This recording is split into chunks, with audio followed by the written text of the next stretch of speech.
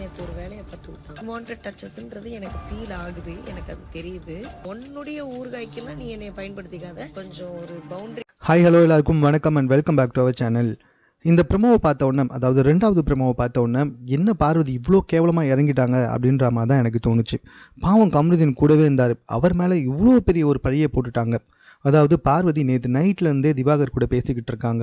திவாகரை தம் பக்கம் வர வைக்கணும் அப்படின்றதுக்காக கமருதீன் மேலே இவ்வளோ பெரிய பழியை போடணுமா அப்படின்னு தான் எனக்கு தோணுச்சு. முதல்ல நான் ப்ரமோவில் நடந்ததை சொல்லிட்டேன். அதாவது பார்வதி திவாகர் கிட்ட பேசிக்கிட்டு இருக்காங்க.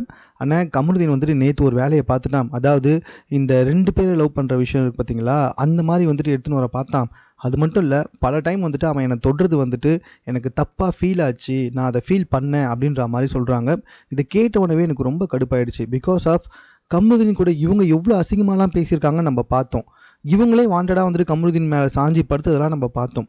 ஆனால் கமருதீன் வந்துட்டு தப்பாக தொடுறான் அப்படின்னு சொல்லிட்டு ஃபீல் ஆச்சுன்னு சொன்னாங்க பாருங்க.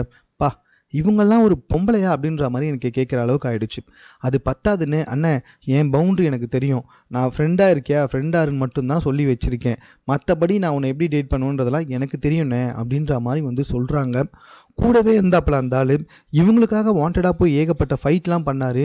இவங்களுக்காக ஒவ்வொரு இடத்துலையும் சப்போர்ட்டாக நின்ன பார்வதி கமருதீனை இவ்வளோ கேவலமாக வந்துட்டு அக்யூசேஷன் பண்ணியிருக்காங்க பார்வதி. அதாவது கமருதீன் வந்துட்டு பல டைம் எனக்கு தப்பாக டச் பண்ணால் அது எனக்கு ஃபீல் ஆச்சு, அன்வான்ட் டச்லாம் எனக்கு ஃபீல் ஆச்சு அப்படின்ற மாதிரி சொன்னாங்க பாருங்கள்.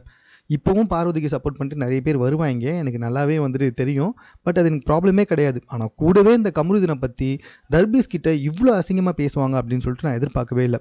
இது சம்மந்தமாக உங்கள் கருத்து என்னன்றதை கமெண்ட்டில் தெரியப்படுத்துங்க. மேலும் இது போன்ற செய்திகளை உடனுக்குடன் தெரிந்து கொள்வதற்கு சென்னை சேனலை சப்ஸ்கிரைப் பண்ணுங்கள்.